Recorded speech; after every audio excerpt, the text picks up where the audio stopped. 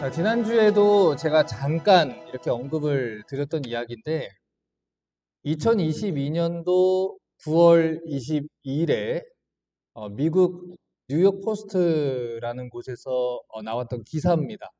이 기사를 제가 한번 읽어 드릴게요. 디즈니 월드에서 입장료를 내지 않으려고 초등학생 나이쯤으로 보이는 자녀를 아기로 가장한 여성의 모습이 담긴 틱톡 영상이 등장했다며, 이를 두고 잘못된 것인지 아니면 영리한 것인지 찬반 논쟁이 인터넷에서 이어지고 있다.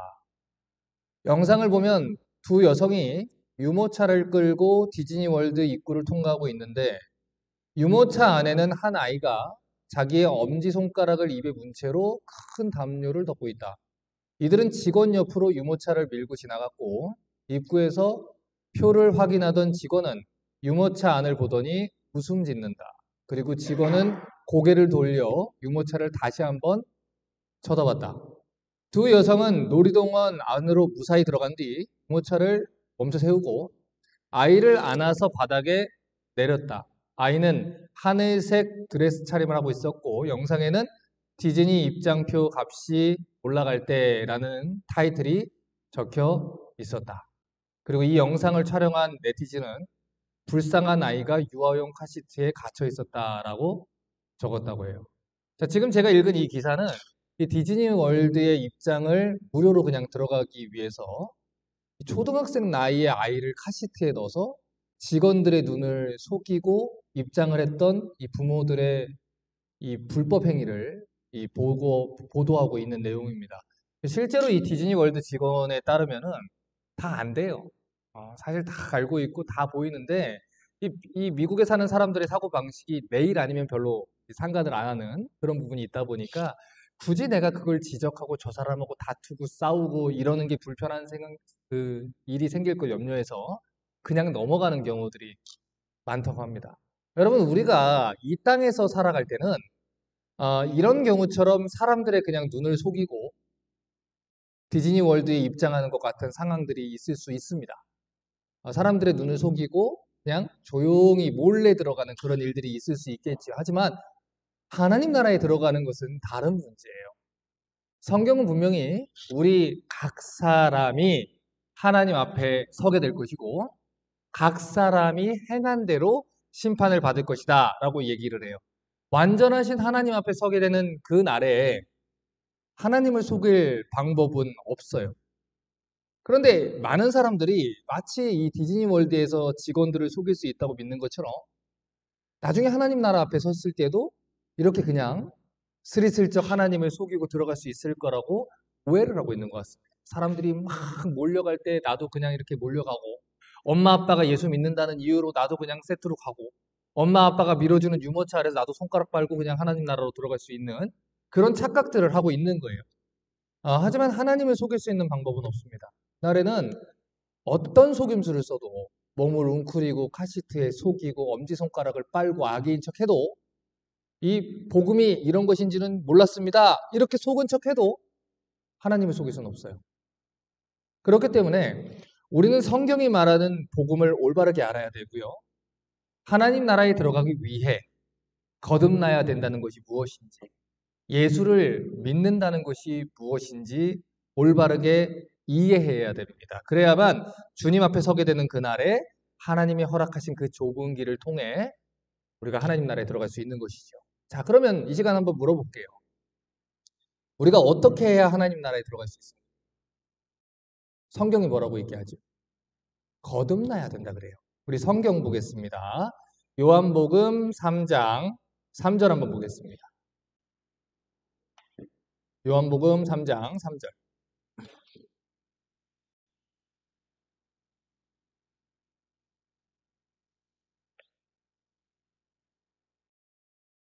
3장 3절입니다. 예수께서 대답하여 가라사대 진실로 진실로 내게 이르노니, 자, 여기 하이라이트 칠까요? 사람이 거듭나지 않으면 하나님 나라를 볼 수 없느니라. 성경은요, 사람이 교회를 다니면, 사람이 세례를 받으면, 엄마 아빠가 예수를 믿으면, 엄마 아빠가 목사고 권사고 장로면 이렇게 얘기하지 않아요. 성경은 분명히 말합니다. 거듭나야 한다. born again 해야 된다. 하나님 나라는 거룩한 나라인데 이 성경이 말하는 인간의 원래 상태는 죄의 덩어리고 전적으로 타락한 존재이기 때문에 이대로는 안 된다라고 얘기를 한다는 것이요. 그래서 성경은 죄로 인해서 타락한 인간이 이 복음을 전해받고 성령의 능력으로 거듭날 것을 촉구합니다. 왜냐하면 그것만이 하나님 나라에 들어갈 수 있는 길이기 때문입니다. 여러분 지난 시간에 칼빈주의가 무엇인지 설명을 좀 드렸어요. 칼빈주의는 성경이 말하는 대로 믿는 이 교리다. 우리 신학이다. 칼빈주의는 성경이 말하는 복음에 대한 교리이고 하나님이 주신 은혜의 복음 교리다라고 얘기를 했습니다. 여러분 그렇기 때문에 칼빈주의가 성경을 성경대로 믿는 신앙이기 때문에 성경이 말하는 구원의 원리를 그대로 믿는 거예요. 자 그러면 성경이 말하는 복음의 메시지에서 첫 번째 메시지가 뭡니까? 하나님은 당신을 사랑하시고 당신을 위한 놀라운 계획을 가지고 있습니다입니까? 아니죠. 성경이 말하는 복음의 첫 번째 메시지는 모든 사람이 죄를 범하였으며 하나님의 영광에 이르지 못한다. 그 어떤 사람도 선을 행하는 자도 없고 하나님을 찾는 자도 없고 이대로 두면 모두가 다 심판을 받게 되는 이 전적 타락한 그 상태에 있다라고 얘기를 합니다. 이것이 바로 성경이 말하는 복음의 첫 번째 메시지예요. 성경은 하나님의 은혜가 은혜되게 하는 이 첫 번째 단추를 우리가 죄인임을 인정하는 것, 그리고 하나님으로부터 오는 복음의 그 은혜만 의지하는 것이라고 가르칩니다. 그렇기 때문에 이 칼빈주의는 오늘 우리가 살펴보는 이 전적 타락의 교리를 먼저 가르치는 거예요. 자, 그러면 전적 타락이라는 것은 어떤 뜻일까요? 자, 이 두 가지를 먼저 분명히 말씀드리고 갈게요. 첫 번째, 전적 타락했다. 우리는 이 토럴 커럽션이라는 뜻은 하나님께 대해서 완전히 타락했다는 거예요. 하나님께 대해서. 두 번째, 구원에 대해서 전적으로 무능하다. 이 두 가지입니다. 이 두 가지가 전적인 타락의 이 개념이에요. 그래서 이 하나님이 우리를 먼저 찾아오지 않는 한 전적으로 타락한 인간은 단 0.1, 0.0000001mm도 하나님께 나아갈 수가 없고 하나님을 스스로 찾을 수도 없어요. 이게 바로 우리가 가져야 되는 성경적인 개념입니다. 이 성경에서 인간이 전적으로 타락했다. 그는 하나님을 찾는데 무능력하다. 하나님을 찾을 수 있는 능력도 없고 그 의지도 없고 그러한 판단도 못하는 존재다라고 얘기하는 수많은 구절들이 성경 가득 차 기록되어 있습니다. 그 구절들을 다 읽으면 오늘 1시간 강의가 끝나요. 창세기 6장 5절을 볼까요? 우리 몇 군데만 찾아볼게요. 자, 창세기 6장 5절.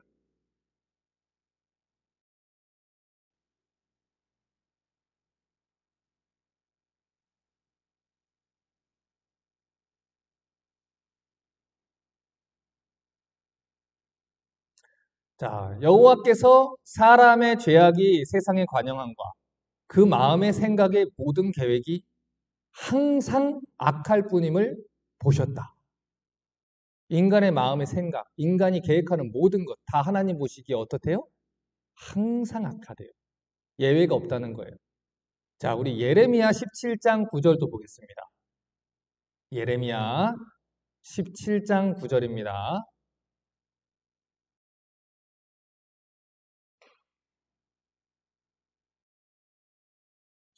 예레미야 17장 9절입니다.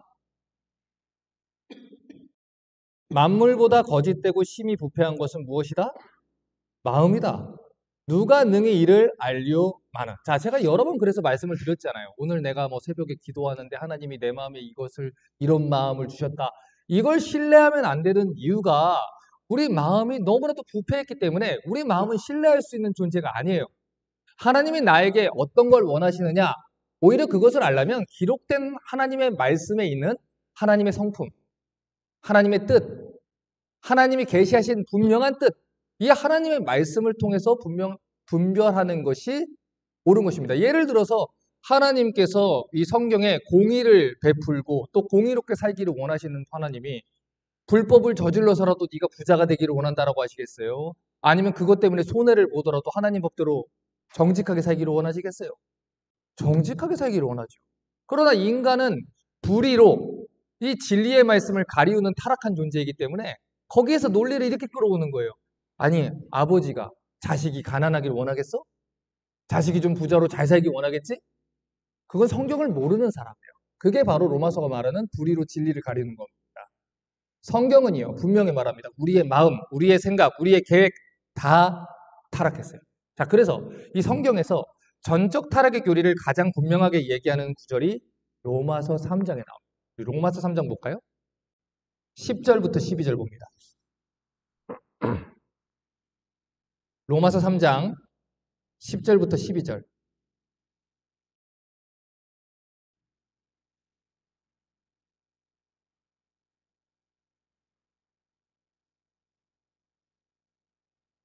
자, 성경이 말하는 걸 분명히 잘 보셔야 돼요. 10절부터 12절입니다. 기록한 바라는 것은 이미 구약 성경에 기록되어 있다는 얘기죠. 의인은 없나니 하나도 없으며 깨닫는 자도 없고 하나님을 찾는 자도 없고 다 치우쳐 한 가지로 무익하게 되고 선을 행하는 자는 없나니 하나도 없도다. 없대요. 그러니까 성경은 인간의 완전한 타락을 이야기하는 구절로 가득 차 있어요. 타락한 인간에게는 하나님을 사랑하거나 하나님께 나오거나 하나님을 찾거나 하나님 앞에 선을 행할 능력이 하나도 없다라는 것이죠. 제가 그래서 크리스천 이센셜 클래스 할 때 예수 복음을 전했더니 누군가가 전 아직 하나님을 찾고 있는 중입니다. 뭐 이렇게 얘기하는 사람이 있다 그랬죠. 그거 거짓말이라고 했어요. 어떤 방향의 거짓말이냐면 하나님을 찾고 있습니다. 성경은 하나님을 찾는 자가 없다고 얘기를 해요. 근데 이 사람은 하나님을 찾고 있다 그래. 그럼 둘 중에 하나가 거짓말을 하고 있는 거 아니에요? 성경이 거짓말을 하든지 그 사람이 거짓말을 하든지. 근데 그 사람이 말하는 하나님을 찾고 있다는 것은 나는 하나님을 찾고 있어요. 그런데 그건 성경이 말하는 하나님은 아니에요. 이 얘기예요. 그런 의미에서 본인이 하나님을 찾고 있다고 얘기하는 것이고 성경은 성경이 말하는 창조주요 심판주요 구속자이신 하나님을 찾는 자가 한 사람도 없다. 하나님 앞에 스스로 나올 자가 하나도 없다라고 얘기를 하는 겁니다. 지금 미국 내에서 이 설문조사를 이제 해본 결과를 따보니까 이렇게 물어봤어요. 인간보다 초월적인 존재의 그 존재 유무를 믿으십니까? 믿습니다. 이렇게 응답한 사람이 80%. 여러분 그 초월적인 존재라는 게 꼭 성경의 하나님은 아니거든요. 그렇죠? 그 존재를 믿는다고 해서 성경에 나타난 하나님을 믿는 건 아니에요. 그 모습을 내가 믿고 싶은 예수님, 내가 믿고 싶은 바알의 모습을 띤 하나님, 램프의 진이 같은 하나님. 그러나 나는 예수님을 믿어요. 나는 예수님을 사랑해요. 그런데 그건 성경이 말하는 예수님이 아니에요. 그건 예수님을 믿는 게 아니에요. 예수님을 찾는 것도 아니에요. 그런 의미에서 성경은 말하는 거예요. 하나님을 찾는 자도 없고 선을 행하는 자도 한 사람도 없다. 자, 이처럼 성경에는 인간의 완전한 타락을 이야기하는 구절로 가득 차 있어요. 그래서 예수님은 이 타락한 인간이 구원이라는 문제에 있어서 얼마나 무능하냐, 전적으로 무능한지에 대해서 이렇게 말합니다. 우리 성경 봅니다. 요한복음 6장 44절입니다. 요한복음 6장 44절. 요한복음 6장 44절 보세요. 자, 굉장히 중요한 구절입니다. 자, 여기 하이라이트 칠게요. 나를 보내신 아버지께서 이끌지 아니하면 아무라도 내게 올 수 없으니 여기까지 하이라이트 치세요. 오는 그를 나이가 마지막 날에 살리리라.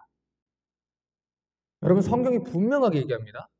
하나님의 은혜가 있지 않고는 하나님께서 이끌지 않으면 예수님께 나올 수 있는 자가 있다 없다? 없다. 분명히 말하죠. 여러분 그런데 알미니안들은 이렇게 얘기를 했어요. 인간에게 선한 것이 있어서 남아 있어서 우리의 의지가 완전히 타락한 건 아니라서 예수님을 내가 알아보고 내가 믿기로 결단을 했다. 맞아요, 틀려요? 틀려요. 틀리다고요. 여러분 성경은 전적 타락을 얘기를 해요. 그런데 알메니안들도 인간이 전적으로 타락했습니다 라고 설교를 한다고요. 그런데 의미가 달라요. 아까 말했듯이 내가 예수님을 믿습니다 라고 말을 하는데 그 예수님이 어떤 분인지는 다를 수 있는 것이고 지난주에도 얘기했듯이 예정론에 대해서 비판을 하는데 그것이 알고 보면 우리 개혁신학이 얘기하는 예정론, 성경이 말하는 예정이 아니라 이중예정론, 운명론 같은 예정론이었다는 것. 이 컨셉이 다르다고. 이 알메니아들이 얘기하는 전적 타락이라는 것은 정도에 있어서 가장 추악한 죄를 지을 수 있을 정도로 타락했다라는 걸 얘기를 합니다. 그래서 그들은 완전 타락이라는 말하고 헷갈리는 거예요. 예를 들어서 간음을 저질러도 제일 추악한 형태의 간음을 저지를 수 있고, 살인을 저질러도 가장 추악한 형태의 살인을 저지를 수 있고, 미움을 해도 가장 추악한 형태의 미움을 저지를 수 있다. 완전 타락. 이 개념하고 전적인 타락하고 헷갈리는 거라고요.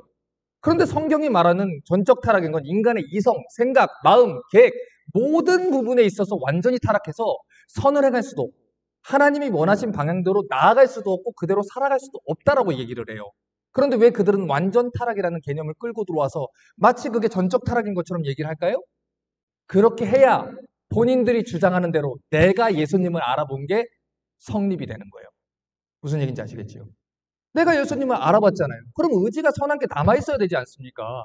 근데 성경이 말하는 대로 완전히 전적으로 타락해버렸으면 내가 예수님을 알아봤다는 게 거짓말이 되는데 그러면 안 되기 때문에 그거는 완전히 타락한 거야. 그건 이 개념이 아니고 이런 개념이야 라고 자기들만의 새로운 신학을 만들어내는 거라고요. 그러나 성경은 분명하게 말해요. 아버지께서 이끌지 않으면 내게 올 자가 아무도 없다. 스스로 하나님께 나올 수 있는 자가 있다 없다? 없다. 없다는 것입니다. 여러분, 해석으로 기록된 성경을 바꿀 수 없어요. 성경이 먼저입니다. 창세기 3장을 보면 인류가 타락한 근본 원인이 나옵니다. 여러분, 타락한 원인은 과일 하나 따먹고 안 따먹고 이 문제가 아니에요. 하나님의 말씀을 믿지 않았고 하나님 말씀에 불순종한 거예요. 이것을 먹으면 정령 죽으리라. 이거 먹지 말아라. 이 말씀에 불순종을 했고 정령 죽으리라는 말씀을 믿지 않은 겁니다. 불신앙과 불순종. 이 두 가지라고요. 여러분, 그래서 결국 타락한 인간은 하나님의 말씀대로 심판을 받게 된 거예요. 죽을 수밖에 없는 존재가 됐지요. 자, 근데 이건 육체적인 죽음뿐만 아니라 영적인 죽음도 내포하게 돼 있어요. 하나님과 단절이 되어 버렸다고요. 그래서 죄를 짓고 이 타락한 인간이 행한 행동을 보면 타락의 결과가 드러나는 걸 보게 돼요. 그래서 이 가인의 후손들이 하는 짓들을 보면 하나님을 대적하죠? 하나님을 조롱하죠? 하나님을 찾지 않지요? 하나님의 얼굴을 피하죠? 그런 일들이 이 사망의 열매로서 계속해서 나온다고요. 여러분, 일반적으로 사람들은요, 자기가 죄인이라는 것은 인정을 해요. 이 겸손의 미덕인지 아니면 뭐 이 겸비함을 갖는 건지는 모르겠지만 내가 뭐 완전하진 않지, 내가 뭐 그렇게 뭐 대단하지 않지, 뭐 이러면서 내가 뭐 죄를 나도 완전하지 않아서 죄를 지어 이런 것들까지는 인정을 합니다. 대부분 교인들이 그래요. 그런데 문제가 어디 있냐면 죄의 정도를 이해할 때 잘못 이해한다는 거예요. 이 알미니안들의 잘못이 여기 있다고요. 다시 말해서 인간이 타락했다는 것은 인정은 해요. 근데 타락의 정도에 있어서 오해를 한다는 거지. 나는 알아볼 수는 있다는 거예요. 내가 예수님을 영접하기로 결단을 하는 의지와 내 이성은 완전히 타락한 것은 아니다 라고 생각을 한다는 거예요. 그래서 이 알미니안들은 인간이 하나님의 도움을 조금만 받으면 스스로 구원에 이르는 것이 가능하다 이렇게 생각을 합니다. 그래서 그들 스스로는 우리는 신인 협력이다 이렇게까지는 얘기 안 해요. 그러나 결국에는 어거스틴하고 논쟁을 벌였던 이 펠라기우스와 그 후손 반펠라기우스의 흐름들을 이 사람들은 따라가고 있는 거예요. 하지만 그것은 성경이 말하는 게 아니에요. 성경은 분명히 말해요. 인간이 타락한 이후에 절대로 인간은 스스로의 능력으로 하나님을 찾을 수도 없다. 하나님께 나아갈 수도 없다. 이 부분에서 알미니안의 폐해가 나오는 겁니다. 인간의 전적 타락을 자기들이 주장하는 것을 얘기하기 위해 잘못 이해를 하는 거예요. 여러분, 지금 이 알미니안 신학의 영향을 받은 이 기독교의 문제는 타락이라는 개념을 이 영양소의 결핍 정도로 이해를 한다는 게 있어요. 그러니까 어떤 거냐면 예를 들어서 내가 오늘 비타민 C가 부족한 거야. C만 좀 넣어주면 제 기능을 하는 거죠. 내가 오늘 비타민 D가 부족한 것 뿐이에요.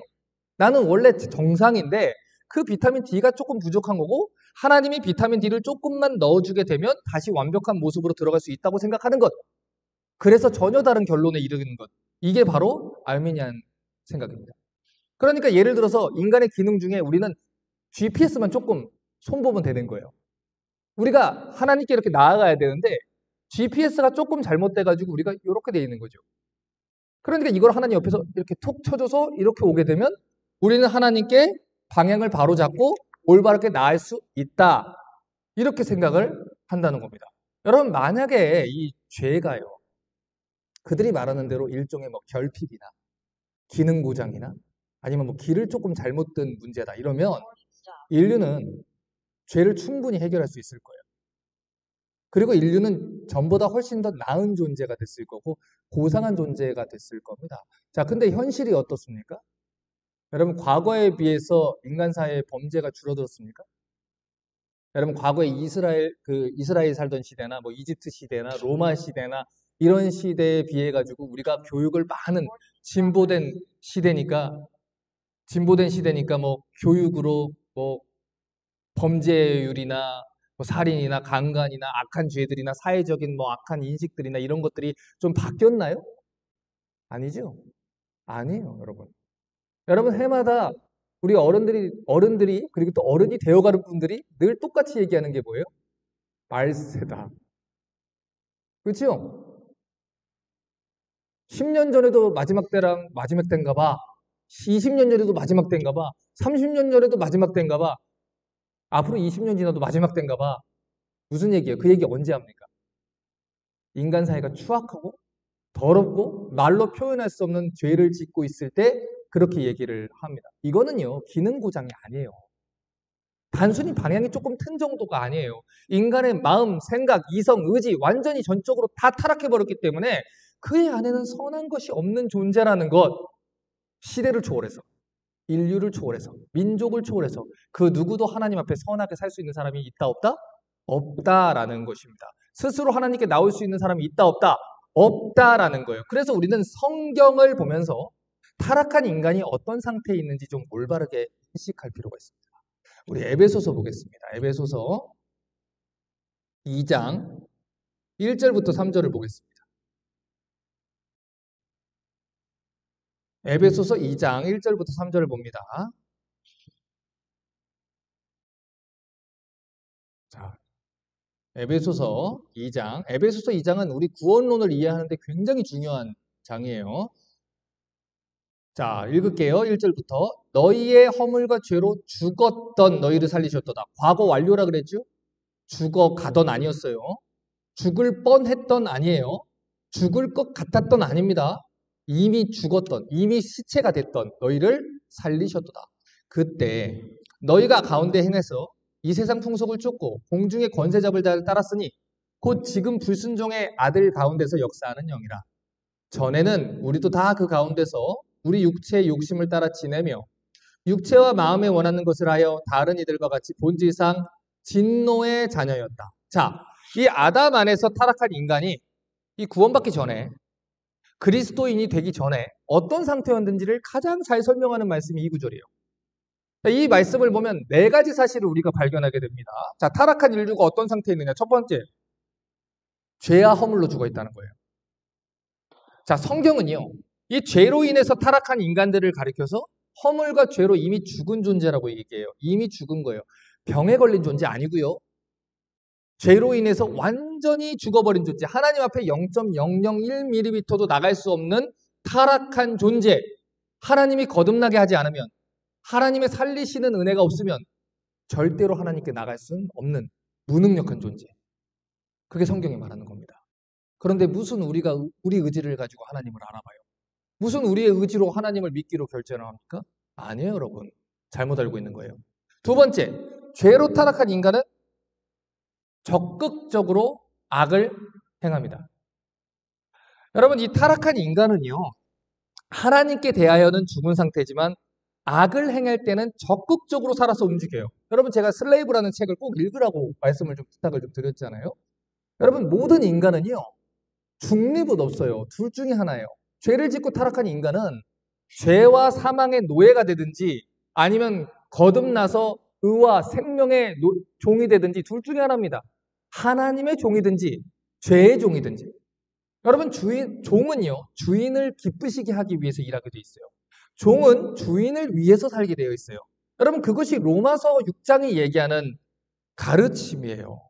여러분, 그런데 죄로 타락한 인간은 죄와 사망의 종이기 때문에 자기 악한 본성대로 적극적으로 악을 행하게 되고 시간이 흐를수록 자신의 주인인 죄와 사망을 위해서 살아가게 됩니다. 이 상태는 더 악화가 돼요. 더 악하게 된다는 것이죠. 여러분, 방금 전에 로마서 3장을 읽었는데 의인은 없나니 하나도 없으며 라고 얘기를 했었어요. 자, 그런데 여기서 바울이 의인이 없다라고 얘기를 할 때는 상대적인 의미에서 얘기를 한 게 아니에요. 하나님 관점에서 절대적인 의미에서 의인이 없다라고 얘기를 한다고. 여기서 하나님 관점이라는 말이 굉장히 중요한 표현이에요. 만약에 사람의 관점에서 판단을 하면 당연히 상대적인 관점에서 의를 판단하게 돼요. 뭐예요? 나는 저 사람보다는 악하지 않다. 그래도 저 사람은 구원받아야 되는 거 아닌가? 그러니까 이 불신자들하고 복음 전도하면 무슨 얘기가 나와요? 저 사람은 악하게 살고 저기 무슨 스님은 되게 경건하게 사는데 왜 예수를 믿었다는 이유로 저렇게 경건한 사람은 그렇게 지옥에 가고 예수를 믿었다는 이유로 저 개판으로 살던 사람은 천국에 갑니까? 여러분, 이게 상대적인 거라고요. 그거는 인간으로부터 시작된 구원을 얘기하는 거예요. 인간으로부터 이 구원이 획득됐다는 걸 얘기하고 그 자격이 상대적인 것으로 이해를 하다 보니까 그런 오류를 갖는 거라고요. 그러나 구원에 대한 의로움은 하나님의 관점에서 판단을 하는 거예요. 하나님께 대하여 판단하는 거예요. 인간이 생각하는 의와 하나님이 생각하는 의는 전혀 다른 것임에도 불구하고 마치 인간적인 선을 행하면 하나님을 기쁘시게 할 수 있다. 이렇게 생각하는 이 사람들이 많은 것이죠. 하지만 성경은 타락한 인간이 하나님 관점에서 하나님을 대하여 선을 행할 수 있는 가능성은 제로라고 이야기를 합니다. 자, 세 번째, 죄인은 죄의 노예가 됐다. 자, 방금 전에 얘기 드린 거예요. 인간은 중립이 없어요. 죄로 타락한 인간은 죄를 섬기든지 아니면 거듭나서 하나님을 섬기든지 둘 중에 하나예요.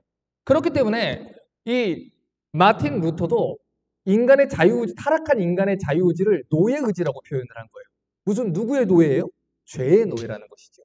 그래서 죄의 노예이기 때문에 자기들의 주인인 죄를 기쁘시게 하기 위해서 사는 것이고 자기와 상관없는 하나님께는 완전히 무관심하고 살 수밖에 없는 것. 그게 타락한 인간입니다. 자, 네 번째, 죄인들은 본질적으로 하나님의 진노의 대상이다. 우리 로마서 1장 18절 볼까요? 로마서 1장 18절. 자, 로마서 1장 18절 한번 보세요.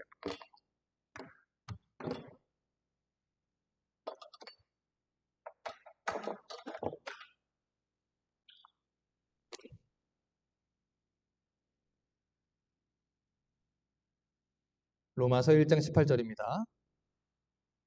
하나님의 진노가 불의로 진리를 막는 사람들의 모든 경건치 않음과 불의에 대해 하늘로 쫓아 나타난다. 여러분, 우리 가족들 너무 사랑스럽죠. 우리 이웃들 너무 사랑스럽고 내 친구 너무 좋아 보이죠. 그런데 아무리 우리 눈에 보기에 사랑스럽다고 해도요. 타락한 죄인들은 본래적으로 하나님을 대적합니다. 하나님 원수로 행하는 존재예요. 그래서 하나님도 그들을 대적하시고 그들을 향해서 진노하신다는 것. 그게 성경이 말하는 사실이에요. 여러분, 그렇기 때문에 아무리 내가 사랑하고 나의 사랑을 받는 우리의 자녀든 부모님이든 그들을 우리가 하나님의 심판에서 막을 수가 없어요. 내 눈에는 그들이 사랑스러워 보일지 모르지만 그들이 예수를 영접하지 않고 하나님 안에서 구원 문제가 해결되지 않으면 그들은 나중에 주님 만날 때 진노하시는 하나님 앞에 서게 됩니다. 여러분, 그러니까 하나님은 사랑이 많으셔서 결국에는 모든 인류를 다 구원하실 거야 라는 거는 본인의 바람이에요. 왜냐하면 본인이 성경이 말하는 십자가, 성경이 말하는 자기 부인, 성경이 말하는 하나님의 사람으로 살아가는 거에 대해서는 듣고 싶지 않거든요. 왜냐하면 들으면 인생이 피곤해져요. 지금 로마서 1장 18절에서 뭐라 그랬어요? 하나님의 진노가 불의로 진리를 막는 사람들의 경건치 않음과 불의에 대해서 나타난다. 불의로 진리를 막는 게 무슨 말이겠어요? 불의로 진리를 막는다. 하나님의 분명한 말씀이 있어요.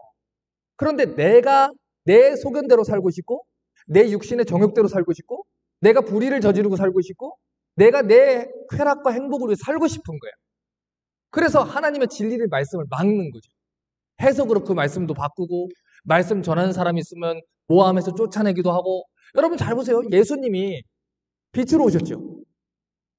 그런데 빛으로 오신 예수님이 내가 빛이니 나를 따라오는 자는 세상에서 어둠을 쫓아다니지 않을 것이다.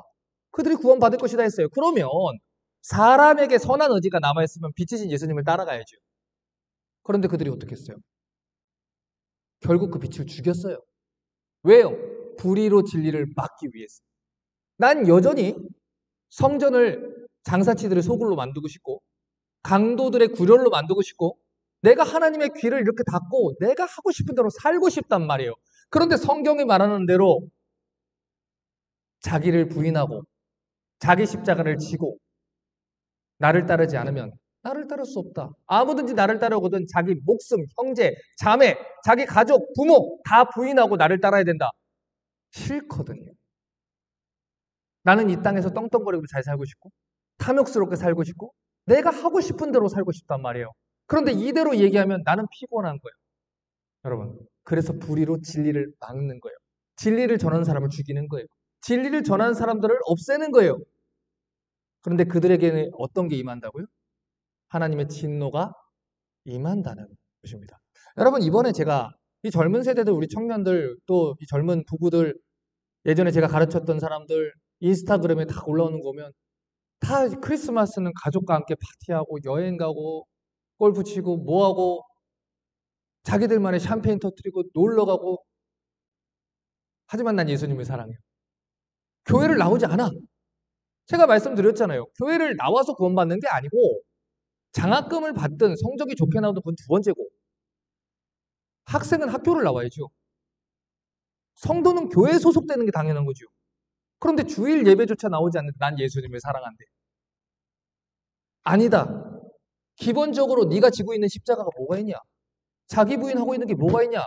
하나님의 구원받은 사람들은 열매로 안다고 했는데 너에게 무슨 열매가 있냐? 라고 얘기를 하면 그 빛을 꺼버리는 거예요.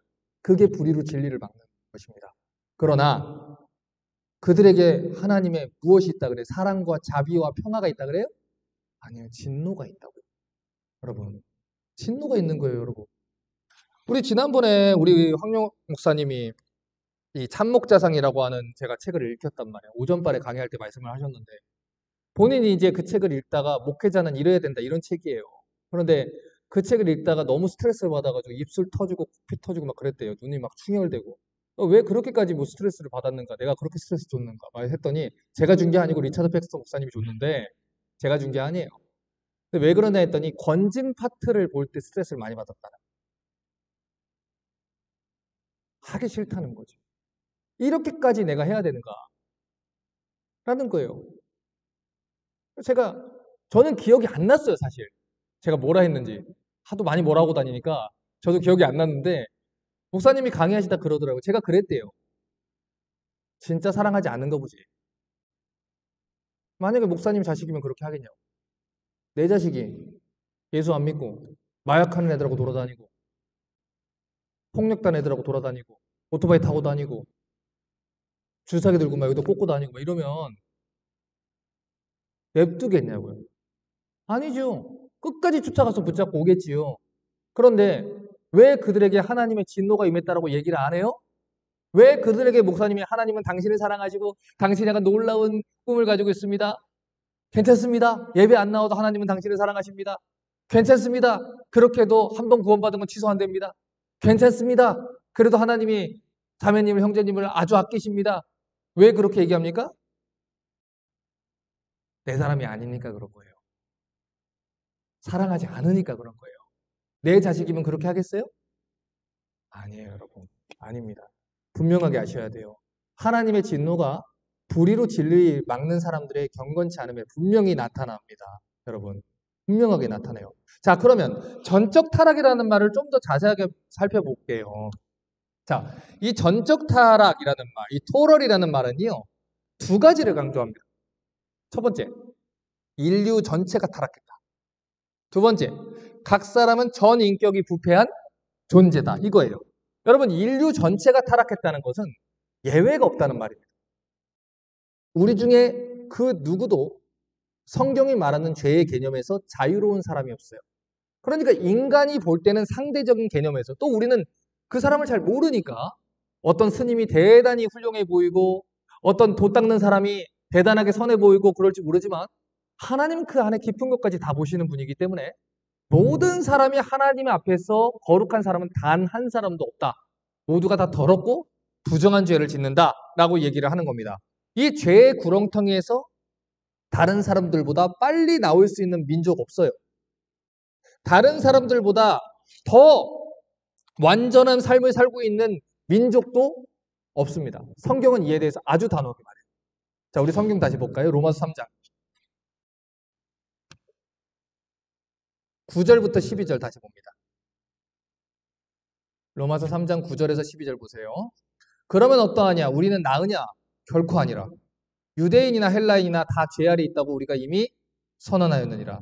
보세요. 바울은 유대인의 율법에 엄한 교육을 받은 사람이에요. 바리새인 중에 바리새인입니다. 하나님 말씀을 누구보다 잘 알고 있는 설교자였어요. 그런데 뭐라고 말합니까? 우리는 나으냐? 결코 아니라. 모든 민족은 다 죄 아래 있다. 의인은 없나니 하나도 없다. 깨닫는 자 없다. 하나님 찾는 자 없다. 다 치우쳤다. 스스로 무익하게 됐다. 선을 행하는 자도 한 사람도 없다. 다시 말해 이 자리에 있는 우리를 포함해서 박형민 목사를 포함해서 스스로 하나님을 찾은 적은 단 한 번도 없다는 겁니다. 왜냐하면 우리는 자신에게 하나님이 필요하다라는 사실조차 인식하지 못한 채 죄 가운데 살아가는 존재라서 그래요. 우리의 이 전적 타락은요. 우리가 전적으로 부패했다는 사실을 볼 수 없게 우리의 눈을 가립니다. 그리고 우리의 양심도 마비시켜요. 그래서 나 정도면 그래도 저 정도는 나쁘지 않아. 그래도 나는 예수님을 사랑할걸? 그래도 내가 구원받은 것은 맞을걸? 이렇게 속이게 만들어요. 하지만 전적 타락의 교리는 모든 사람이 죄에 더럽혔고 부패했고 그래서 모든 사람에게 하나님의 자비하심이 필요하다라는 걸 강조하는 교리. 자, 두 번째로 모든 사람이 타락했을 뿐만 아니라 우리 각 사람의 전 인격이 모든 인격이 다 부패한 존재라는 거예요. 내면 깊숙한 곳까지 철저하게 타락한 존재. 그게 인간입니다. 우리 성경 봅니다. 마태복음 15장 19절. 마태복음 15장 19절입니다.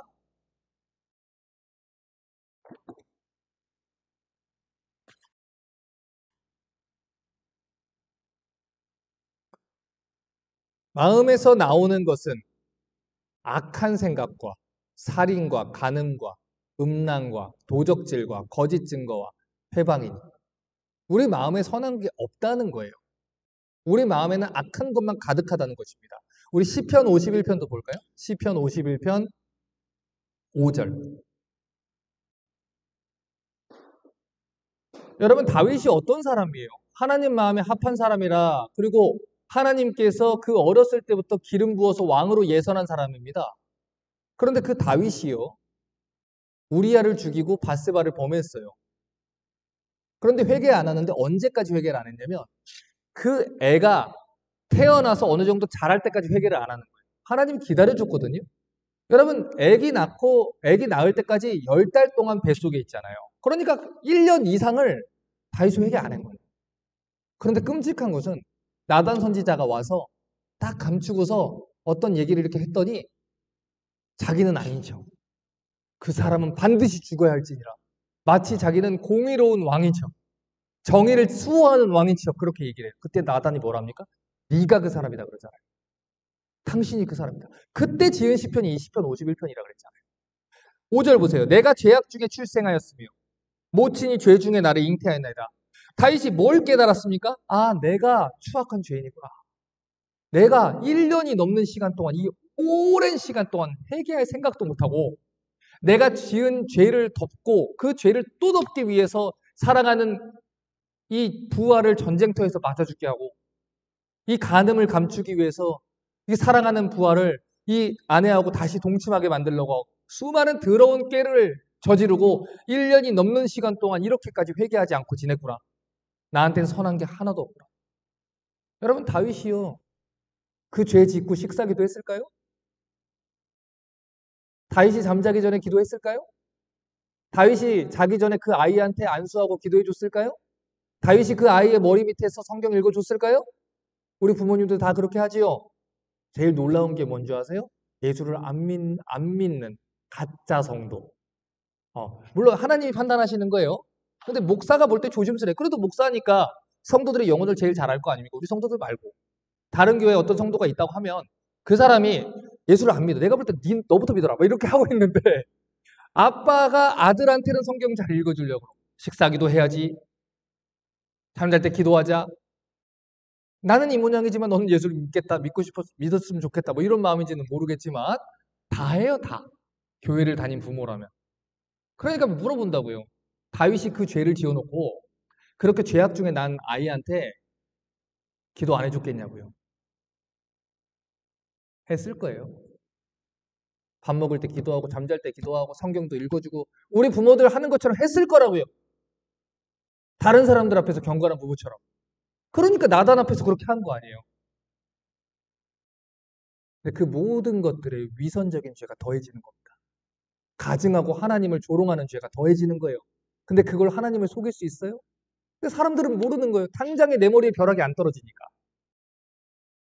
우리의 전적 타락은요. 우리는 그래도 괜찮지 않나라고 속이게 만들어요. 그래서 남의 죄를 보는 건 너무 빠른데 자기의 죄를 보는 것은 못 보는 거예요. 그래서 예수님 앞에서 성만찬을 마지막 성만찬을 나누는 제자들이 뭐라 그래요? 주여 내는 아니지요.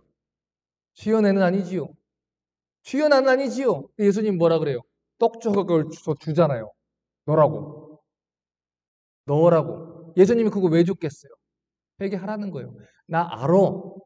회개해라. 나단이 와서 할 때까지도 회개 안 해요. 이게 타락한 인간이라니까요. 심지어 다윗조차. 백성의 대제사장들이 예수님한테 어떻게 했어요? 죽였잖아요. 율법을 가장 잘 알고 하나님 말씀을 잘 알고 메시아를 기다린다고 했던 그 사람들이 성경의 모든 예언이 예수님이 인해서 성취되고 있는데 근데 예수님 죽였잖아요. 왜 죽였죠? 너희가 내게로 나아오기를 원하지 아니하는도다. 불의로 진리를 막기 위해서. 그게 인간입니다.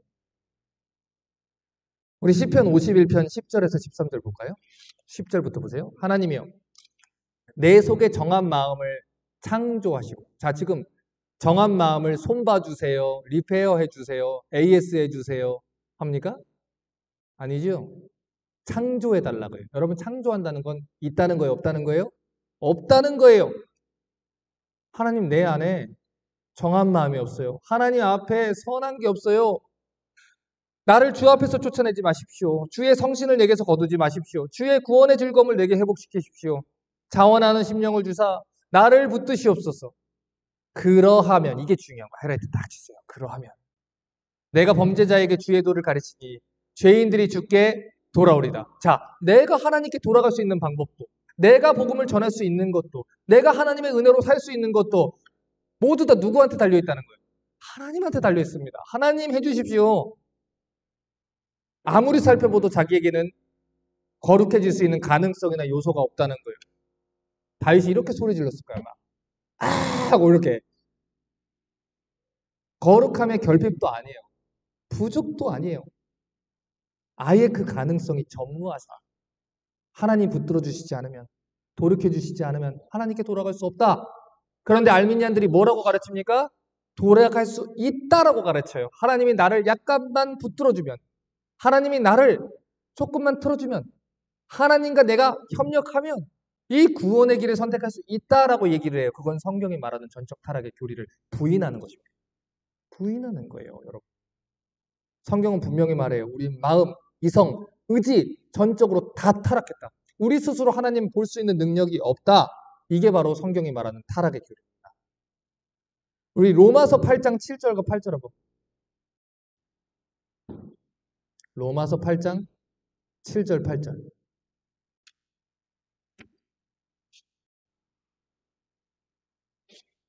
로마서 8장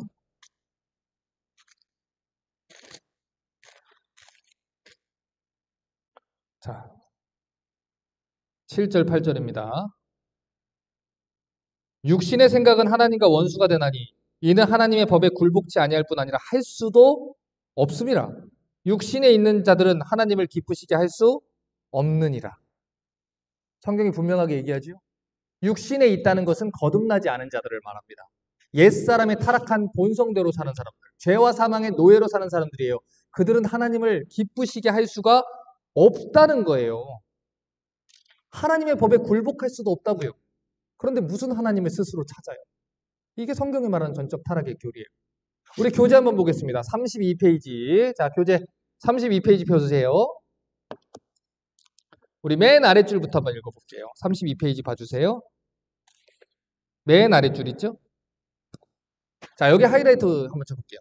하나님의 전적인 은혜가 아니고선 우리는 하나님의 거룩하심을 기뻐할 수 없으며 하나님의 주권적 권위에 기꺼이 순종할 수도 없습니다. 굉장히 중요한 말이죠. 계속 읽겠습니다. 물론 전적으로 타락한 사람도 매우 종교적이고 박애주의적인 모습으로 살아갈 수 있습니다.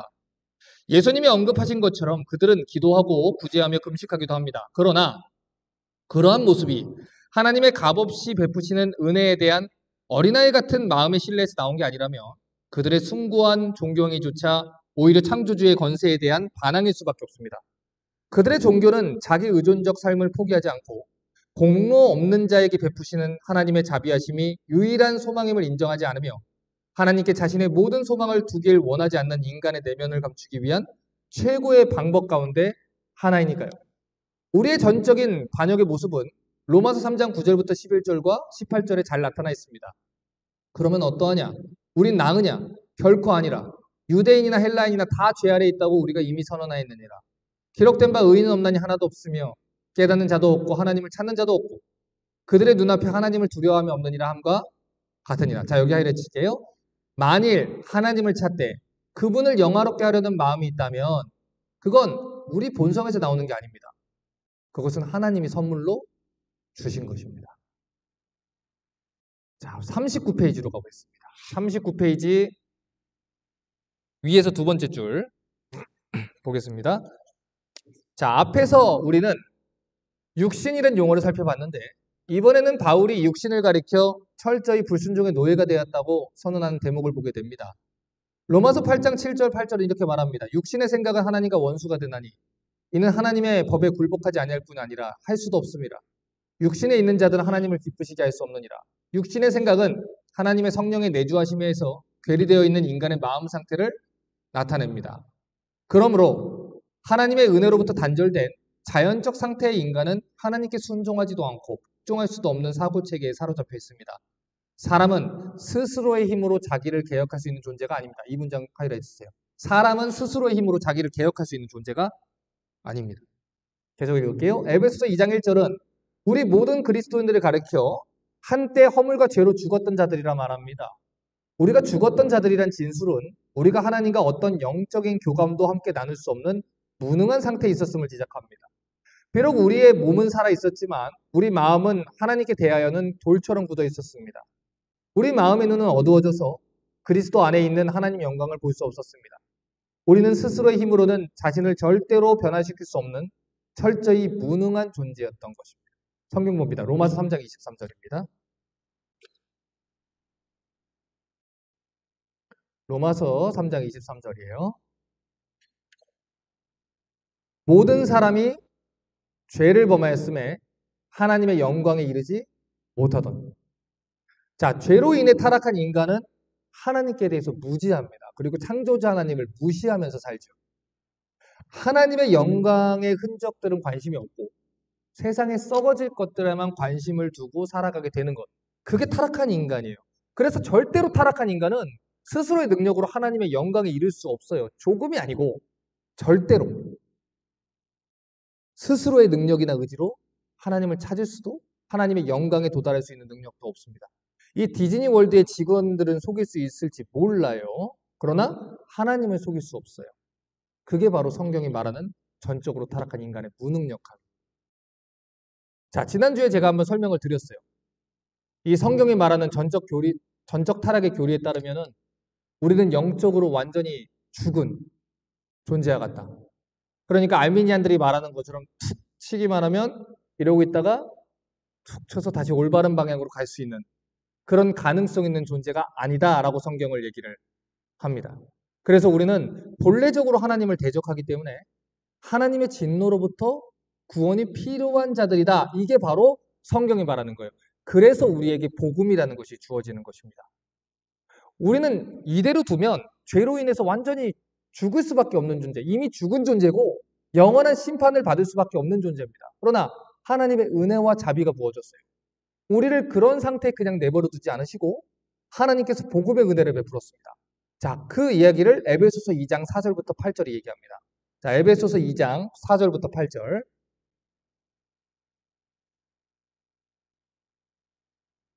보세요. 자, 에베소서 2장 4절부터 8절. 자, 여기 굉장히 중요한 구절이에요. 자, 천천히 읽어볼게요. 에베소서 2장 4절부터입니다. 긍휼에 풍성하신 하나님이 우리를 사랑하신 그 큰 사랑으로 인하여 허물로 죽은 우리를 그리스도와 함께 살리셨고 너희가 은혜로 구원받을 것이라. 또 함께 일으키사 그리스도 예수 안에서 함께 하늘에 앉히시니 이는 그리스도 예수 안에서 우리에게 자비함으로써 그 은혜의 지극히 풍성함을 오는 여러 세대에 나타나려 하심이라. 너희가 그 은혜를 인하여 믿음으로 말미암아 구원을 얻었나니 이것이 너희에게 난 것이 아니오 하나님의 선물이라. 자, 성경이 너무 분명하게 얘기하죠. 지금 말씀대로라면 에베소 교회 성도들이 뭘로 구원을 받았습니까? 은혜로 받았어요. 은혜로. 알미니안들이 말하는 대로 자기들이 예수를 믿기로 결단했기 때문이 아니라 자기들의 선한 의지 때문이 아니라 하나님의 사랑 때문에, 하나님의 은혜 때문에, 하나님의 자비하심 때문에 하나님이 구원을 선물로 주었고 거듭나게 하시는 능력을 부어줬기 때문에 죽어있는 영혼들이 살아날 수 있었다는 거예요. 자, 그러면 물어볼게요. 결국 인간의 구원에 인간이 기여한 바가 있어요? 없다니까요. 없어요. 없는 게 성경이 말하는 내용입니다. 자, 그런데 인간은 언제나 내가 믿었다라는 걸 주장하고 싶은 거예요. 내가 했습니다. 왜요? 그 공로가 내 공로여야 되는 거예요. 여러분, 그러나 그 알미니안들이 말하는 내가 믿었다라는 교리가 왜 악하냐면 하나님의 은혜로만 이루어지는 그 구원의 원리를 자기의 공로를 주장함으로써 자기가 그 공로를 빼앗아가는 거예요. 하나님이 은혜로 주신 것을 자기가 빼앗아가는 거라고요. 우리 176페이지 한번 볼까요? 네 번째 줄 한번 보세요. 176페이지. 굉장히 중요한 이야기를 여기다가 써놓으셨어요. 176페이지. 찰스 스펄전 목사님이 회심했던 이야기를 적어놨는데 176페이지 네 번째 줄입니다. 보세요. 우리 모두가 천성적으로 그렇듯이 나 역시 아르미니우스 주의자로 태어나 여전히 강단에서 계속 들려왔던 옛것들을 믿었고 하나님의 은혜는 깨닫지 못했다. 내가 그리스도께로 나오던 때 나는 나 자신의 의지로 모든 것을 행하고 있다 생각했다. 나는 주님을 진지하게 찾았지만 주께서 나를 찾고 계셨다는 사실은 전혀 알지 못했다. 나의 영혼이 처음 진리를 알게 된 그날의 기억은 지금도 생생하다. 존 버년의 말처럼 그것은 마치 뜨거운 인두처럼 불타던 내 심정이 들어왔다. 어느 주일 밤 나는 하나님의 전에 앉아 있었고 설교자가 전한 메시지는 그다지 믿었지가 않았던 터라 그것에 대해서는 별로 생각하지 않고 있었다. 그러다 한 생각이 나를 덮쳤다. 너는 어떻게 그리스도인이 됐는가? 내가 주님을 찾았다. 그러면 너는 어떻게 주님을 찾게 됐는가? 그 순간 진리의 빛이 내 마음에 번쩍였다. 이전에 어떤 영향력이 주님을 찾아야 한다는 갈급함을 내 마음에 심어놓지 않았다면 내가 그분을 찾으려 들지 않았을 것이 분명했다. 난 생각했다. 그때 내가 기도했지. 하지만 나는 스스로 질문했다. 그러면 나는 어떻게 기도하게 됐는가? 난 성경을 읽다가 기도하게 됐지. 나는 어쩌다 성경을 읽게 됐는가? 내가 성경을 읽은 건 맞아. 하지만 무엇 때문에 내가 그렇게 했던 것일까? 그 순간 나는 모든 것의 배후에 하나님이 계시다는 사실을 깨달았다. 하나님이 내 믿음에 창조주셨던 것이다. 그렇게 은혜의 교리 전체가 나를 향해 활짝 열렸고 지금까지도 나는 그 교리에서 떠난 적 없다. 나 자신의 모든 변화는 전적으로 행하신 일이다. 하나님이 행하신 일이다. 나는 앞으로도 계속 이렇게 고백하기를 소원한다. 여러분, 성경은요, 우리를 구원하는 모든 일이 다 하나님의 은혜라고 이야기해요. 하나님 은혜 아니었다면 우리는 성경을 집어들지도 않았을 거고요. 하나님 은혜가 아니었다면 우리에게 성경과 복음을 전하는 사람을 만나지도 못했을 겁니다. 하나님의 은혜가 아니었다면 우리는 수요일에 이런 어른 교리 학교를 하는 교회를 만나지도 못했을 것이고 하나님의 은혜가 아니었다면 저와 여러분이 만날 일도 없었을 것입니다. 하지만 본래적으로 인간이 자기 능력을 의지하고 자기에게 공을 돌리고 싶어하는 타락한 마음이 있기 때문에 처음부터 끝까지 하나님이 원인이 되신다라는 것을 부인을 하고 하나님의 은혜를 자꾸 밀어내는 악한 마음을 가지고 있다는 거예요.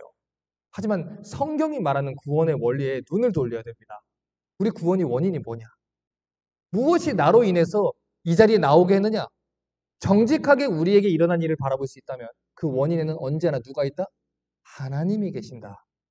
하나님이 나를 교회로 인도하셨고 하나님이 나를 우리 목사님을 만나게 해줬고 하나님이 나를 이 존 파이퍼 목사님 책을 읽게 하셨고 하나님이 나를 하나님의 복음에 귀 기울이게 하셨고 하나님이 나를 깨닫게 하셨다라는 모든 것들을 우리가 알게 된다는 거예요. 하나님의 은혜입니다. 여러분 근데 문제는요. 언제나 타락한 인간에게서 나와요. 방금 전에 제가 죄로 인해 타락한 인간은 언제나 이 하나님의 영광을 가로채려는 악한 본성을 가진다 그랬지요. 자기의 공적으로 가로치려는 그런 마음이 있다 그랬지요. 그래서 이게 하나님께로 다 공적이 돌아가는 게 마음에 안 드는 거예요. 그래서 그 사람들은 하나님의 은혜로만 구원을 받습니다. 이렇게 얘기하면 그러면 우리가 할 게 아무것도 없겠네요. 비아냥거리기 시작해요. 아니 하나님이 처음부터 다 할 거면 인간이 할 역할도 인간의 자유의지라는 게 아무 소용이 없네요. 어차피 그러면 구원할 자 구원하고 심판할 자 심판하면 어차피 운명론으로 가는 거 아닙니까? 구원받을 자는 어차피 구원받고 구원받지 못하는 자는 어차피 구원 못 받는 거면 우리가 뭘 위해서 했어야 됩니까? 라는 반론을 내는 거예요. 여러분 그런 자들한테 이 제임스 패커 목사님이 아주 중요한 말을 했습니다. 179페이지 179페이지 제일 아래 달락 보세요. 자, 챕터 10에 있습니다. 우리 영어 교재 가시는 분들은 챕터 10 내가 구원을 받으려면 무엇을 해야 합니까? 라는 질문에 칼빈주의는 이렇게 대답합니다. 주 예수 그리스도를 믿으십시오. 주 예수 그리스도를 믿으라는 말은 구체적으로 무엇을 하라는 말입니까? 또 다른 질문에 칼빈주의는 이렇게 대답합니다. 자신이 스스로 죄인임을 깨닫고 그리스도께서 죄인을 위해 죽으셨음을 믿으십시오. 모든 자기 의로움과 자기 신념을 버리고 죄 용서와 평안을 위해 자신을 완전히 그리스도께 내던지십시오. 그리고 하나님을 대적하는 태성적인 반역과 불순종의 마음을 그리스도 뜻에 기꺼이 복종하고자 하는 마음으로 바꾸십시오. 자, 여기 하이라이트 칠게요. 우리의 마음을 새롭게 하시는 하나님의 성령으로 말미암아 그렇게 하십시오. 그러니까 제임스 패커 목사님도 똑같이 얘기하는 거예요. 하나님 찾아야 돼요. 하나님 부르짖어야 돼요. 그런데 부르짖을 수 있는 원인도 어디 있다고요? 하나님으로부터 있다고요. 그리고 또 다른 질문이 나옵니다. 그러한 일을 행할 능력이 나에겐 태생적으로 없는데 내가 어떻게 그리스도를 믿고 회개할 수 있습니까? 그 대답은 이렇습니다. 그리스도를 바라보십시오. 그리스도께 모든 걸 아뢰십시오. 그리스도를 향해 부르짖으십시오. 당신의 있는 모습 그대로 나가서 당신의 죄를 고백하십시오. 당신의 회개하지 않음과 당신의 불신앙을 고백하십시오. 그리고 당신 자신을 그분의 자비하심에 내던지십시오. 당신에게 새로운 마음을 주도록 간구하십시오. 참된 회개와 굳은 믿음으로 당신 안에서 일하시길 간구하십시오. 당신 안에 불신앙의 악한 마음을 제거하고 그분의 말씀을 새겨주도록 간구하십시오. 그래서 이후로는 절대로 그분을 떠나지 않게 해주시기를 간구하십시오. 다시금 하나님께로 향하여 최대한 그분을 신뢰하십시오. 그리고 날마다 하나님께로 향하고 더 철저히 신뢰할 수 있게 기도하십시오. 그러한 기대를 품고 은하의 방편들을 사용하십시오. 당신이 그분께 나아가고자 하는데 그리스도께서 당신을 가까이 찾아오도록 그분을 바라보십시오. 깨어 기도하고 하나님 말씀을 들고 읽으십시오. 하나님의 백성들과 함께 예배하고 교제하십시오. 자신이 정말로 변화된 존재고 회개한 신자면 당신이 그토록 간구하던 그 새로운 마음이 당신 안에 들어와 있음을 완전히 확신할 때까지 더 이상 추호의 의심이 들지 않을 때까지 계속해서 그렇게 하십시오. 이 정도의 논쟁을 걸 정도면 이미 복음을 들은 사람입니다. 그러면 성경이 믿음이 들음에서 나고 들음이 그리스도의 말씀으로 말미암는다 한다면 내게 구원 받는 믿음이 없습니다. 그런데 성경이 약속하기를 그리스도의 말씀을 들을 때 믿음 주신다고 했으면 그 사람의 책임은 무엇입니까? 교회로 나가서 말씀을 들어야지요. 성경을 배워야지요. 그걸 하라는 거예요, 지금. 저는 믿음이 없어요. 믿음이 너무 연약해요.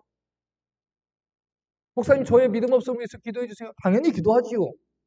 그러나 성경이 말하는 대로 믿음이 성장하려면 어떻게 해야 돼요? 성경을 들고 읽으라고. 성경을 듣고 배우라고요. 그리고 부르짖으라고요. 주여, 이 믿음 없는 자를 도우시옵소서. 부르짖으라는 거예요. 여러분, 구원은 은혜로 시작해서 은혜로 끝이 나요. 하나님의 자비하심과 죽은 자를 살리는 성령의 능력과 우리를 거듭나게 하시는 하나님의 능력이 있을 때 비로소 우리의 믿음은 자라나고 없던 믿음이 창조되는 것입니다. 여러분, 그걸 위해서 우리는 부르짖는 거예요. 그래서 제가 주일날 예배할 때마다 말씀 다 끝나고 나면 어떻게 해요? 말씀 붙잡고 기도하죠. 여러분, 그 자리 떠나면 기도 안 해요. 여러분, 장로 교인들 중에 교인들의 큰 문제가 뭔지 아십니까? 교리는 많이 배워요. 성경 공부는 많이 해요. 그런데 기도하지 않아. 여러분, 기도하지 않으면 안 돼요. 이보다 심플한 말이 없지요. 그렇죠. 기도는 하나님의 능력을 의지하는 거예요. 기도는 어떤 사람이 하는 거냐면 내 힘으로 안 됩니다. 하나님이 해주셔야 됩니다. 라는 걸 의지하는 사람이 하는 거예요. 하나님을 의지하는 사람은 기도하고 사람을 의지하는 사람은 전화해요. 하나님을 의지하는 사람은 무릎을 꿇어요. 사람을 의지하는 사람은 자기 발로 뛰어요. 열심히 살지 말라는 게 아니에요. 열심히 사십시오. 그러나 그 모든 것의 원인과 결과는 누가 책임지시는 거예요? 하나님이 책임지시는 거예요. 그래서 여러분, 기도로 시작하고 기도로 끝이 나셔야 돼요. 여러분, 이 보통 장로교 교회들이요, 이 성도들이요, 기도하지 않아요. 뭐 대부분 그래요. 저희 장로교 교회에서 평생을 왔잖아요. 다 그렇다는 건 아니에요. 여러분, 제가 우리 교회 성도들을 위해서 기도하고 또 교회를 지도하면서 내년에는 이 칼빈주의를 특별히 준비하면서 내년에는 우리 교회가 하나님 앞에 더 기도하고 부르짖는 교회가 되길 바랍니다. 뭐라든 교회에서 하나님 기도 소리가 끊기지 않았으면 좋겠습니다. 단지 기도회를 열고 안 열고 이 문제가 아니에요. 기도하는 성도가 되어야겠다. 어디서든 기도하는 성도가 되어야겠다. 그래서 이제 내년에는 저희가 베드로서 끝나면 제가 기도에 대한 교리 설교를 할 겁니다. 기도가 무엇이냐? 기도는 왜 해야 되냐? 어떻게 기도해야 되냐? 무엇을 위해서 기도해야 되냐? 이걸 가지고 여러분 계속해서 붙들고 같이 기도할 거예요. 그래서 내년 한 해 동안 제가 바라보고 꿈꾸고 하나님 앞에서 소원하는 것은 우리 교회 모든 성도들이 기도하는 성도들이 되기를. 하나님의 은혜만을 갈망하는 성도들이 되기를. 머리로만 스쳐 지나가시면 안 돼요. 우리는 악해서 조금만 배우면요, 금방 교만해져요. 남들 가르치기는 너무 좋아해요. 그러나 본인이 살아내지는 못해. 남들의 흠은 너무 잘 잡아요. 그런데 본인은 성숙해졌으니까 괜찮다 생각해. 여러분, 칼빈주의는요, 오해하지 마세요. 처음부터 끝까지 하나님의 은혜만 바라본다는 것은 처음부터 끝까지 성도의 겸손을 강조하는 신앙 체계입니다, 여러분. 여러분, 그렇기 때문에 칼빈주의의 성도가 성숙한다는 것은 이제 나는 성숙했으니까 하나님 나 말고 죄를 좀 돌보시죠. 새 가족을 넘어뜨렸으니까 죄 좀 세워주시죠가 아니에요. 성숙해질수록 사도 바울이 뭐라고 얘기했어요? 죄인 중에 내가 뭐다? 괴수로다. 하나님 은혜가 필요합니다. 칼빈주의 신앙은 그래요. 내가 성숙하면 성숙할수록 하나님 은혜가 없으면 안 됩니다. 하나님 자비 없으면 안 됩니다.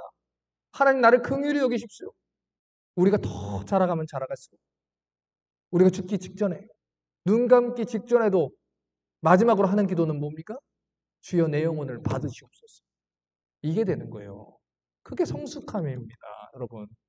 우리 마가복음 10장 볼까요? 46절에서 52절. 우리 주변 성도들이 목을 관리를 하라고 제가 자꾸 얘기하는데 하다 보면 이게 잘 안 돼요.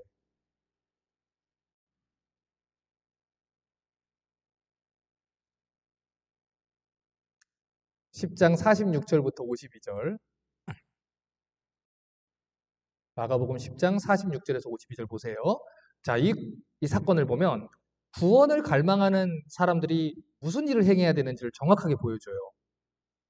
저희가 여리고에 이르렀더니 예수께서 제자들과 허다한 무리와 함께 여리고에서 나가실 때 디메오의 아들인 소경거지 바디메오가 길가에 앉았다가 나사렛 예수란 말을 듣고 소리질러 가로되 다윗의 자손 예수여 나를 불쌍히 여기소서 하거늘 많은 사람이 꾸짖어 잠잠하라 하되 그가 더욱 심히 소리질러 가로되 다윗의 자손이여 날 불쌍히 여기소서 하는지라. 예수께서 머물러 서서 저를 부르라 하시니 저희가 소경을 부르며 이르되 안심하고 일어나라 널 부르신다 하매 소경이 겉옷을 내어버리고 뛰어 일어나 예수께 나아오거늘 예수께서 일러 가라사대 내게 무엇을 하여 주길 원하느냐. 소경이 가로되 선생님 보기를 원합니다. 예수께서 이르시되 가라 내 믿음이 너를 구원하였느니라 하시니 저가 곧 보게 되어 예수를 길에서 쫓으니라. 자, 지금 본문에 등장하는 사람이 어떤 사람입니다? 소경, 거지, 바디메오예요. 소경이라고 하는 것은 예수 그리스도를 찾을 수도 없고 예수 그리스도를 볼 수도 없고 예수 그리스도가 어디 있는지 알아서 나올 수도 없는 전적으로 하나님을 찾는데 무능력한 존재를 말해요. 거지는 구원을 얻기 위해서 드릴 수 있는 게 아무것도 없는 존재. 완전히 전적으로 무능력한 존재. 그걸 얘기를 하는 거예요. 그런데 그가 어떻게 구원을 받았습니까? 나사렛 예수라는 말을 듣고 다윗의 자손이여 나를 불쌍히 여기소서라고 소리 질렀어요. 사람들이 꾸짖어도 부르짖었어요. 예수님 어디 있는지는 모르는데 부르짖었어요. 자기가 할 수 있는 걸 다 해서 부르짖었어요. 그래서 그는 구원을 받았어요. 제임스 패커 목사님이 얘기한 게 바로 이 장면인 거예요. 나사렛 예수라는 걸 들었죠. 그분이 나와 같은 자들을 불쌍히 여긴다는 걸 들었죠. 그분이 나와 같은 소경들을 거지들을 구원해 주셨다는 걸 들었죠. 듣고 알았고 믿었기 때문에 부르짖는 거예요. 그것이 우리가 해야 되는 일이라고요. 말로만 나는 하나님을 찾고 있어요가 아니고 교회에 나와서 하나님 말씀을 듣고 예수 그리스도를 찾고 나를 구원하소서 부르짖는 거라고요. 자, 그런데 52절 보세요. 예수님이 지금 바디메오가 구원받게 된 이유가 뭐라고 합니까? 내 믿음이 너를 구원했다. 그죠? 자, 그러면 여쭤볼게요. 내 믿음이 너를 구원했다. 이 믿음은 바디메오가 믿은 겁니까? 하나님의 선물입니까? 잘 대답하세요. 바디메오가 믿은 거예요? 하나님의 선물이에요? 하나님의 선물이죠? 이게 믿음의 교리입니다. 이게 믿음이라는 것은 신학이에요. 뭐예요? 성경이 전체가 말하는 믿음이라는 것이 무엇인지라고 할 때 아까 우리가 읽었던 에베소 2장 8절을 보니까 믿음은 하나님의 선물이다. 너희가 그 은혜를 인하여 믿음으로 말미암아 구원을 얻었다. 그러니까 은혜가 먼저다. 은혜가 원인이다. 믿음은 결과다. 그러니까 하나님이 믿게 하신 것이다. 이 얘기죠. 그렇죠? 자, 그러면 지금 성경이 말하는 이 믿음이라는 것은 결국 하나님의 은혜로 주어지는 거예요. 그러니까 알미니안이 지금 잘못한 게 뭐예요? 바이블 베이스드 방법을 쓰는 거예요. 자기들이 주장하는 걸 얘기하기 위해서. 봐라, 네 믿음이 구원했다고 하지 않았냐? 바디메오가 믿은 거 아니냐? 그러나 성경은 믿음을 뭐라 그래요? 하나님의 선물이다. 그럼 뭐라 그래요? 성경이 하나님의 선물이라고 하는 것도 있지만 다른 이야기를 하는데도 있기 때문에 그러면 난 이걸 선택하겠다. 이렇게 돼버리는 거예요. 그래서 신학이 중요하다고요. 이 알미니안 신앙을 가진 사람들은요. 그 교회는요. 공통점이 있어요. 신학 체계가 불분명해요. 성경을 그리고 강론을 차례대로 하지 않아요. 왜냐하면 그렇게 되면 여기선 이렇게 얘기하고 저기서 이렇게 얘기해야 되는데 이 통전성에서 무너져 버리기 때문에. 그래서 해석으로 기록된 말씀을 덮고 취사 선택을 하게 되는 거예요. 그럼 어떻게 돼요?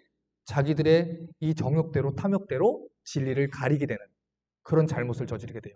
그래서 많은 알미니안 그 신앙을 가진 성도들이 신학이 뭐가 중요하냐고 이런 얘기를 하는 거예요. 신학 중요합니다. 제가 신학이 교역자들만의 것이라 그랬어요? 아니면 성도들이 해야 된다 그랬어요? 성도들이 같이 해야 되는 거예요. 여러분 그렇지 않으면 수많은 거짓 교사들이 여러분의 신앙을 흔들게 되는 거예요. 자, 그럼 잘 보세요. 우리 마가복음 10장 52절의 말씀이 기록되기 전에 그 앞에 있는 45절 한번 보세요. 아주 중요한 말을 해요. 인자에 온 것은 하이라이트 쳐볼까요? 10장 45절. 섬김을 받으려 온 게 아니라 섬기려 하고 많은 사람을 자기 목숨을 많은 사람의 대성물로 주려 합니다. 자, 인자라는 표현을 어제 제가 이제 아침에 강의 준비하는데 하람이가 이 제 원고를 보더니 아빠 인자가 뭐야 그러더라고요. 그래서 인자는 이제 다니엘서에 나오는 얘기인데 예수님이 오실 그 그리스도다. 인간의 몸으로 오신 그리스도다. 메시아란 뜻이야 그러더니 아, 모르겠다, 어렵다. 전도사님 물어보면 아는 체 해야지, 그러고 하더라고. 아는 체가 아니고 알아야 될 거 아니야. 제가 그랬는데, 아는 체로 끝나면 안 돼요, 여러분. 아셔야 돼요. 자, 보세요. 이 다니엘에서 사용된 메시아의 다른 표현이 인자예요. 그래서 유대인들은 인자라고 얘기하면 오실 메시아. 이렇게 생각을 했단 말이에요. 그런데 예수님이 이 땅에 오신 이유가 뭐냐면 사람들을 구원하기 위해서 자기의 생명을 대속물로 줘서 죄와 사망의 노예가 된 자들을 값을 주고 살려고 오셨다는 거예요. 그런데 그 인자가 어떻게 했느냐? 왔다라는 거예요. 자, 10장 46절 보세요. 그래서 그 뒤에 바로 46절이 어떻게 시작하는지 보세요. 저희가 여리고에 이르렀더니, 자, 무슨 얘기예요? 바디메오 이야기의 시작은 예수님이 여리고에 왔다는 이야기로 시작이 된다고요. 인자가 왔다는 말로 시작이 돼요. 자, 그럼 물을게요. 바디메오가 아무리 소리를 질렀다고 해도 인자가 오지 않았다면 그가 예수님을 만날 수 있습니까? 못 만나죠. 바디메오가 아무리 소리를 질렀다 해도 예수님이 그 시대에 알았다면, 그가 있었던 여리고에 찾아오지 않았다면, 그의 귀에 나사렛 예수가 오셨다라는 소문조차 들리지 않도록 오지 않았다면, 그리고 그 자리에 예수님이 있지 않았다면 그 목소리가 예수님께 닿았을까요?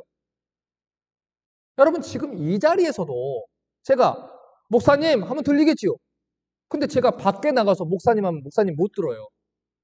목사님이 들을 수 있는 이유는 딱 하나예요. 제가 목사님이 들을 수 있는 위치에서 목사님을 불렀기 때문에, 제가 그 자리에 있기 때문에. 뭔 얘기예요? 인자가 온 것이 먼저라는 거예요.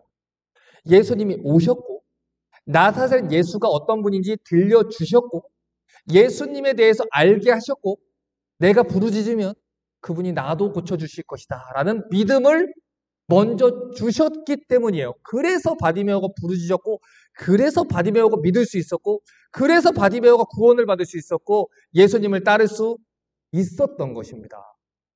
다 주시고 믿을 수 있게 하시는 거예요. 바디메오의 결단이 먼저가 아니에요. 인자가 온 것이 먼저예요. 바디메오의 부르짖는 행위가 먼저가 아니에요. 하나님의 그 자리에 오심, 하나님의 행위가 먼저예요. 나사렛 예수가 그를 불쌍히 여기시고 구원할 수 있는 그 믿음을 주신 게 먼저예요. 그래서 성경은 구원의 조건과 원인이 되는 믿음이라는 것을 우리의 행위가 아니라 하나님의 선물이라고 얘기합니다. 자, 그래서 아까 우리 읽었던 에베소서 2장 8절 9절은 여러분 암송을 하셔야 돼요. 너희가 그 은혜를 인하여 믿음으로 말미암아 구원을 얻었나니 이것이 너희에게서 난 것이 아니오 보다 하나님의 선물이다. 행위에서 난 것이 아니니 이는 누구든지 자랑치 못하게 하려 합니다. 성경은 분명히 말해요. 우리가 믿었기 때문에 은혜를 입은 게 아니라 우리가 은혜를 입었기 때문에 믿었다. 은혜가 원인이고 믿음이 결과예요. 은혜로 믿게 된 거고 은혜로 믿어서 구원을 받게 된 거예요. 성경은 분명히 말합니다.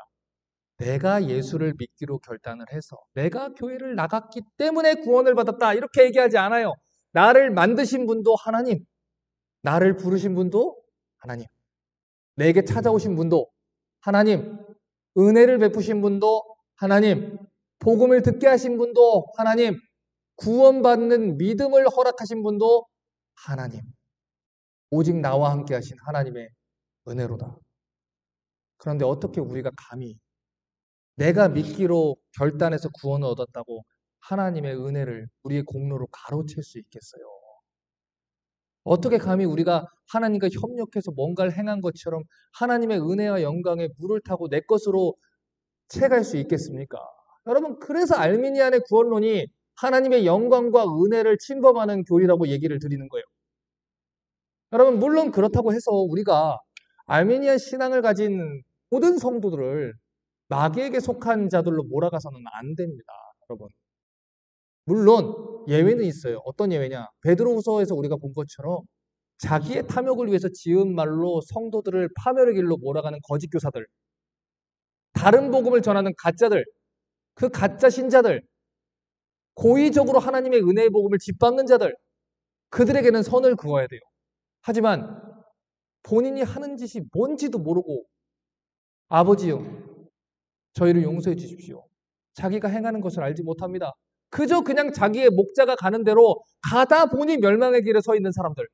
여러분 그들을 불쌍히 여겨야죠. 건져야 돼요, 여러분. 여러분 성경은 칼빈주의는 성경이 말하는 대로 믿는 신앙이지요. 그런데 성경은 언제나 믿는 자에게 겸손함을 요구합니다. 여러분 그렇기 때문에 이 칼빈주의자들은 알미니안 신앙의 속은 자들을 위해서 기도해야 되고요. 그들을 오래 참아야 되고요. 그들에게 복음 전하고요. 그들에게 하나님의 자비하심이 부어지기를 간구해야 돼요, 여러분. 여러분 진짜 칼빈주의는 우리가 얼마나 전적으로 부패한 자인가 이 문제를 넘어서서 우리가 얼마나 처음부터 끝까지 하나님의 은혜를 의지할 수밖에 없는 자인가 이 문제로 넘어갑니다. 우리 요한복음 볼까요? 15장 5절.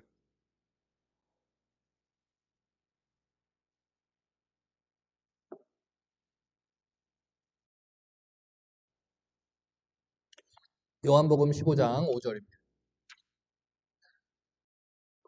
이 구절을 보면 예수님이 이 거듭난 성도들한테 아주 중요한 말씀하셔요. 나는 포도나무요 너희는 가지니 저가 내 안에 내가 저 안에 있으면 이 사람은 과실을 많이 맺나니 나를 떠나서는 너희가 아무것도 할 수 없습니다. 이거 하이라이트일까요? 나를 떠나서는 너희가 아무것도 할 수 없습니다. 여러분 우리 구원 문제에 있어서 예수님 없이 스스로 성취할 수 있는 게 있을까요? 없어요. 하나도 없어요. 예수님 없이는 우리 안에 의로운 것도 없고요. 죄사함도 없고요. 칭의도 없어요. 성화도 없어요. 예수님 없이는 하나님 영광에 이르지도 못해요. 죄에서 자유를 누릴 수도 없어요. 열매도 맺을 수 없어요. 하나님과의 교제도 누릴 수 없어요. 어떤 사람도 이렇게 얘기해요. 중생은 하나님의 몫이고 성화는 우리의 몫이다. 반만 맞아요. 성화는요. 우리가 해야 되는 책임이 있지요. 그러나 그 책임은 하나님의 은혜가 없이는 절대로 이룰 수 없어요. 하나님은 은혜 주셔야 돼요. 하나님과 협력하는 게 아니에요. 전적으로 하나님의 은혜에 의지해서 전적으로 우리가 하는 거예요. 하나님의 은혜 없으면 애초부터 성립이 안 돼요. 예수님 안에서, 예수님과 함께, 예수님에 의해서, 예수님의 전적으로 의존해서 이 성화의 길을 걸어가고 열매를 맺어 가는 거예요. 그렇기 때문에 비록 우리가 구원받았을지라도 구원받기 전과 후에 우리의 모든 순간에 예수님 외에는 자랑할 것이 아무것도 없어요. 여러분 이게 바로 칼빈주의입니다. 여러분 성도로서 여러분 경험하신 게 뭡니까? 여러분 성장하고 막 잘하고 하나님 말씀대로 살아보려고 막 애쓰고 그럴 때마다 여러분 실망하지요.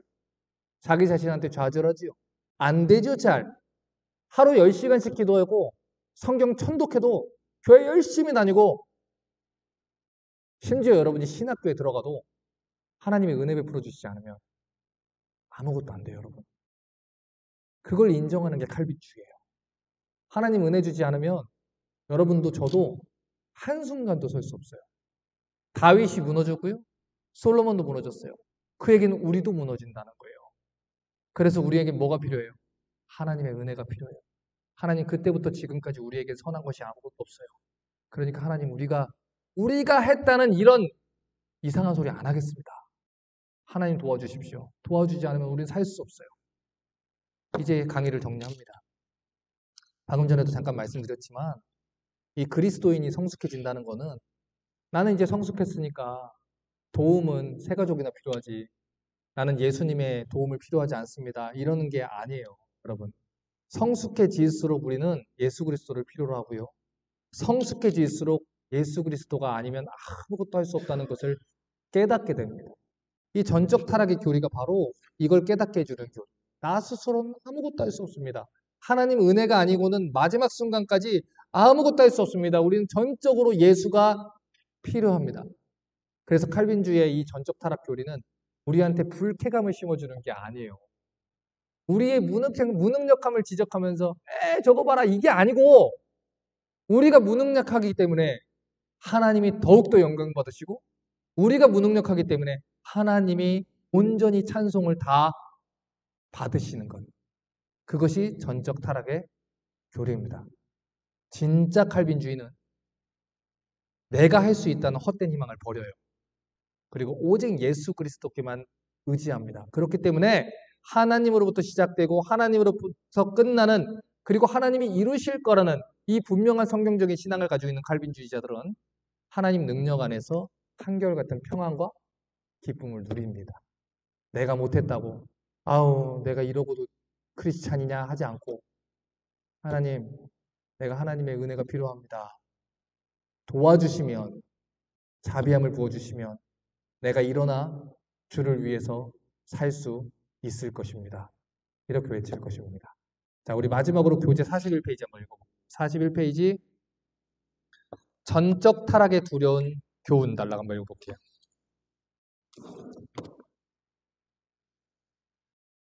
41페이지, 전적 타락에 두려운 교훈. 요약하면 전적 타락의 의미는 우리가 모든 면에서 하나님께 철저히 불순종했으며 그런 반역 가운데 우리가 행하는 모든 일은 전부 다 죄악된 것일 뿐이며 우리는 하나님께 순종할 능력도 우리 자신을 변화시킬 능력도 전혀 없고 따라서 우리는 전적으로 영원한 형벌을 받아 마땅한 존재라는 것입니다. 우리는 나 자신이 이처럼 매우 심각하고 위험한 상태에 있음을 인정해야 됩니다. 그렇게 인정하는 것이 얼마나 중요한진 아무리 강조해도 지나침이 없습니다. 만일 우리가 자신을 기본적으로 선한 사람으로 간주하거나 또는 하나님과 그래도 완전히 불화한 것은 아니라고 여긴다면 하나님의 구속사역의 의미를 온전히 깨닫지 못할 것입니다. 그러나 만일 우리가 나 자신의 전적 타락에 대한 이 두려운 진리 앞에 스스로를 겸손히 낮춘다면 우리는 앞으로 우리가 다루게 될 하나님 행하신 일의 영광과 경이로움을 바라보고 이로 인해 주님께 감사할 수 있을 것입니다. 여러분, 이게 칼빈주의가 말하는 전적 타락의 원리입니다. 기도하겠습니다.